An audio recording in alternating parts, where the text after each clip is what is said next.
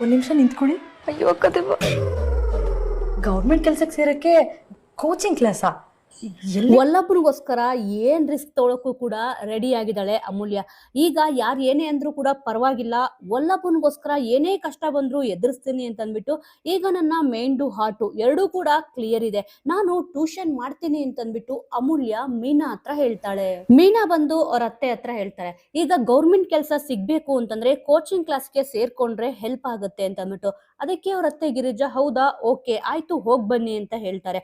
ಅಷ್ಟರಲ್ಲಿ ಪ್ರಿಯಾ ಅಲ್ಲಿಗೆ ಬರ್ತಾಳೆ. ಪ್ರಿಯಾ ಕೇಳ್ತಾಳೆ ಯಾವ ಕೋಚಿಂಗ್ ಕ್ಲಾಸು ಎಲ್ಲಿರುತ್ತೆ ಅಂತ ಅಂದ್ಬಿಟ್ಟು. ಅದಕ್ಕೆ ಮೀನಾ ಹೇಳ್ತಾಳೆ, ಹೌದಲ್ವಾ ನಿಮ್ಗೆ ಇಲ್ಲಿ ಡೌಟ್ ಶುರು ಆಯ್ತಲ್ವಾ, ನಮ್ ಜೊತೆನೆ ಬಂದ್ಬಿಡಿ ಅಂತ ಅಂದ್ಬಿಟ್ಟು. ಅಷ್ಟರಲ್ಲಿ ಪ್ರಿಯಾ ಹೆದರ್ಕೊಂಡ್ಬಿಟ್ಟು ಊರಿಗೊಂದಿರುತ್ತೆ, ಗಲ್ಗಲ್ಲಿಗೂ ಕೂಡ ಒಂದೊಂದಿರುತ್ತೆ, ನೀವ್ ಹೋಗ್ಬಿಟ್ಟು ಬನ್ನಿ ಅಂತ ಅಂದ್ಬಿಟ್ಟು ಪ್ರಿಯಾ ಹೇಳ್ತಾಳೆ. ಇನ್ನು ಅಲ್ಲಿಂದ ಮೀನಾ ಮತ್ತೆ ಅಮೂಲ್ಯ ಇಬ್ರು ಕೂಡ ಟ್ಯೂಷನ್ ಹೇಳ್ಕೊಡಕ್ಕೆ ಹೊರಡ್ತಾರೆ. ಮಾವನ ಹತ್ರ ಅಮೂಲ್ಯ ಹೇಳ್ತಾಳೆ, ಕೋಚಿಂಗ್ ಕ್ಲಾಸ್ ಸೇರ್ಬೇಕು ಅಂತ ಅನ್ಕೊಂಡಿದೀನಿ ಅಂತ ಅಂದ್ಬಿಟ್ಟು. ಕೋಚಿಂಗ್ ಕ್ಲಾಸ್ ಸೇರೋಕೆ ದುಡ್ಡು ನಾನೇ ಕೊಡ್ತೀನಿ ಅಂತ ನಂದಕುಮಾರ್ ಹೇಳ್ತಾರೆ. ಅದಕ್ಕೆ ಅಮೂಲ್ಯ ಹೇಳ್ತಾಳೆ, ಇದಕ್ಕೆ ಫೀಸ್ ಎಲ್ಲ ಏನು ಇಲ್ಲ, ಫ್ರೀ ಅಂತಂದ್ಬಿಟ್ಟು ಅಮೂಲ್ಯ ಹೇಳ್ತಾಳೆ. ಅದಕ್ಕೆ ಇಲ್ಲಿ ಪ್ರಿಯಾಗೆ ಮತ್ತೆ ಡೌಟ್ ಶುರು ಆಗುತ್ತೆ.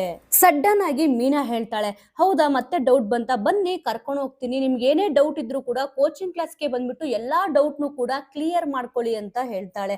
ಅಷ್ಟರಲ್ಲಿ ಪ್ರಿಯಾ ಇಲ್ಲ ಪರವಾಗಿಲ್ಲ, ಫ್ರೀಯಾಗೂ ಕೂಡ ಹೇಳ್ಕೊಡ್ತಾರೆ ಅಂತ ಅಂದ್ಬಿಟ್ಟು ಅಲ್ಲಿಂದ ತಪ್ಪಿಸ್ಕೊಂತಾಳೆ. ನಂತರ ನಂದಕುಮಾರ್ ಹೇಳ್ತಾನೆ, ಪ್ರಿಯಾ ಜೊತೆ 4 ಜನ ಕೂಡ ಹನಿಮೂನ್ಗೆ ಹೋಗ್ ಬರ್ಲಿ ಅಂತ ಅಂದ್ಬಿಟ್ಟು. ಅಷ್ಟರಲ್ಲಿ ಸುಂದ್ರ ಹೇಳ್ತಾನೆ, ಅತ್ತಿಗೆನ ಕರ್ಕೊಂಡು ನೀವು ಕೂಡ ಹನಿಮೂನ್ಗೆ ಹೋಗ್ ಬನ್ನಿ ಅಂತ, ಅಂಗಡಿನ ಬೇಕಿದ್ರೆ ನಾನೇ ನೋಡ್ಕೊಂತೀನಿ ಒಂದೆರಡು ದಿವಸ ಅಂತ ಕೂಡ ಸುಂದ್ರ ಹೇಳ್ತಾನೆ. ಎಲ್ರು ಕೂಡ ಅವ್ರವ್ರ ರೂಮ್ಗೆ ಹೋಗ್ತಾರೆ.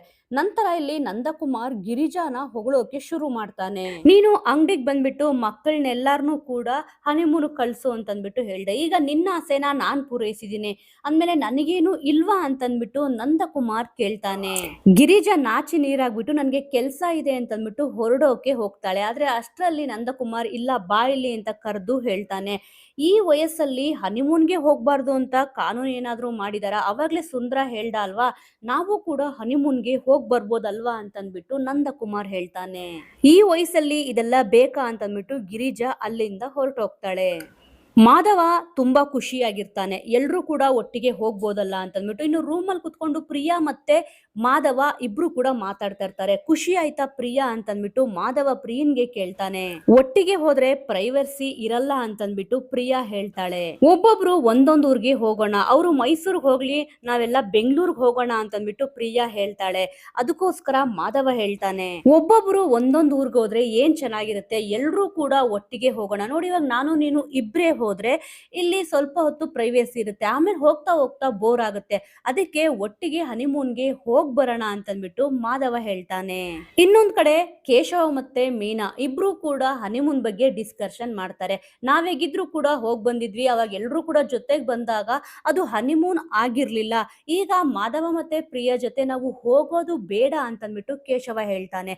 ಆಗ ಮೀನಾ ಕೂಡ ಹೌದು, ನಾವು ಒಟ್ಟಿಗೆ ಹೋದ್ರೆ ಅದು ಹನಿಮೂನ್ ಆಗಲ್ಲ, ಅವ್ರಿಬ್ರಿಗೆ ಪ್ರೈವಸಿ ಇರಲ್ಲ ಅಂತ ಅಂದ್ಬಿಟ್ಟು ಯೋಚನೆ ಮಾಡ್ತಾರೆ. ಮೀನಾ ಹೇಳ್ತಾಳೆ, ಇಲ್ಲಿ ಪ್ರಿಯಾ ಅವ್ರ ಜೊತೆ ಹೆಣಗಕ್ಕೆ ಆಗದೇ ಇಲ್ಲ, ನಾವು ಹನಿಮೂನ್ಗೆ ಹೋಗೋದು ಬೇಡ ಅಂತಂದ್ಬಿಟ್ಟು ಡಿಸೈಡ್ ಮಾಡ್ತಾರೆ. ಇತ್ತ ವಲ್ಲಭ ಮತ್ತೆ ಅಮೂಲ್ಯ ಇಬ್ರು ಕೂಡ ಮಾತಾಡ್ಕೊಂಡು ಹನಿಮೂನ್ಗೆ ಹೋಗೋದು ಬೇಡ ಅಂತ ಡಿಸೈಡ್ ಮಾಡ್ತಾರೆ. ಕೇಶವ ಮತ್ತೆ ಮೀನಾ ಇಬ್ರು ಕೂಡ ಲವ್ ಮಾಡಿ ಮದ್ವೆ ಆಗಿದ್ದಾರೆ. ಮತ್ತೆ ಮಾಧವ ಮತ್ತೆ ಪ್ರಿಯಾ ಇಬ್ರು ಕೂಡ ಇವಾಗಷ್ಟೇ ಮದ್ವೆ ಆಗಿರೋರು, ಅವ್ರ ಸಂಸಾರ ಚೆನ್ನಾಗಿದೆ, ಅವ್ರಿಬ್ರು ಹೋಗ್ ಬರೋದ್ರಲ್ಲಿ ಅರ್ಥ ಇದೆ. ನಾನು ನೀನು ಕಿತ್ತಾಡ್ಕೊಂಡು ಜೀವನ ಮಾಡ್ತಿದೀವಿ, ನಾವಿಬ್ರು ಹನಿಮೂನ್ಗೆ ಹೋಗೋದು ಬೇಕಾ ಅಂತಂದ್ಬಿಟ್ಟು ಇಬ್ರು ಕೂಡ ಫೈನಲ್ ಆಗಿ ಹೋಗೋದು ಬೇಡ ಅಂತ ಡಿಸೈಡ್ ಮಾಡ್ತಾರೆ.